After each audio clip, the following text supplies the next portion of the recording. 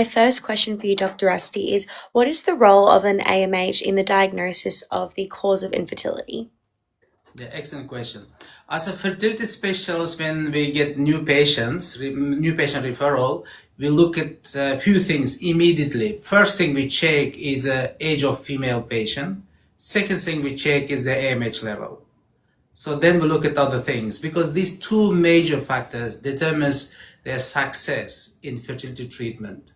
So, and that's AMH is one of the critical factors. And the third thing, we look at the female ultrasound scan report, how healthy their uterus. Next thing, we look at their partner's semen analysis report. So we look at these four things and we estimate their likelihood of success, and immediately we can tell how likely this couple is going to achieve successful pregnancy with fertility treatment. So, and so these are major building blocks of couples fertility, and of course female fertility, which is their age, which determines the egg quality, their AMH level, which determines the egg reserve, egg quantity, and uterine health, which will determine the chance of implantation of each transferred embryo.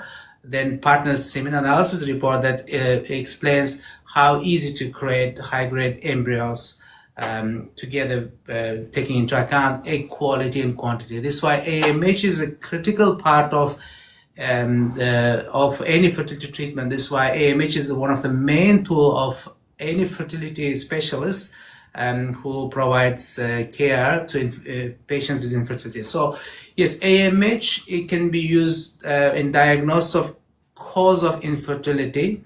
So because in extremes of egg reserve, the problems start happening with the release of eggs. So the extreme of egg reserve means very high egg reserve, very low egg reserve. So a very high egg reserve this is a women with a PCOS. They have a very high egg reserve, very high AMH, very high antral follicle count. Any given time they have multiple, maybe 50, 60, 70, 80 follicles in their ovaries, and all these follicles competing to ovulate. And because of high AMH, they cannot ovulate because AMH is a suppressant. They just stops follicles going through the activation before they become dominant and ovulate. It doesn't let follicles go beyond 10 centimeter stage. When you scan them, you can see lots of follicles sitting all smaller than 10 millimeters, not 10 centimeters, 10 millimeters. So yes, and in patients also with extremely low egg reserve, is a diminished egg reserve or critically low egg reserve, they start missing ovulation. They start having irregular period. That can be cause of infertility. So we use AMH to establish the level of egg reserve, whether this patient has a very high egg reserve and as a result may not be ovulating, or a critically low egg reserve, as a result may not be ovulating. Of course, you need to have ovulation to achieve natural conception.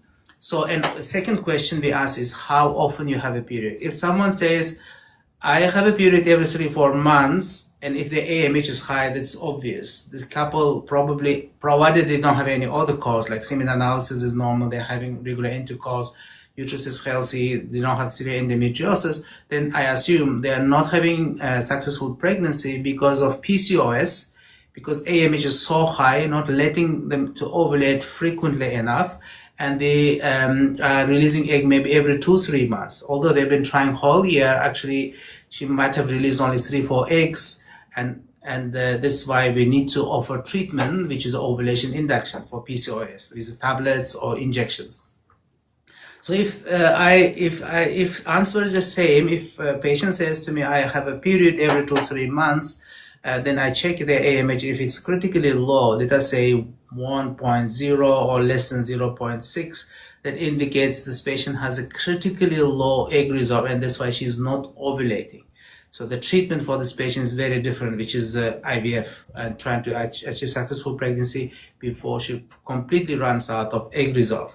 Yes, AMH tells us whether the patient has an extremely high or extremely low egg reserve, as a result may not be releasing eggs. So this is there's various tools for use of AMH, but mainly in terms of diagnosis of infertility is used for these two purposes. And also women with a not critically low egg reserve but low egg reserve can have infertility. Let us say your AMH is 2.5 picomoliters.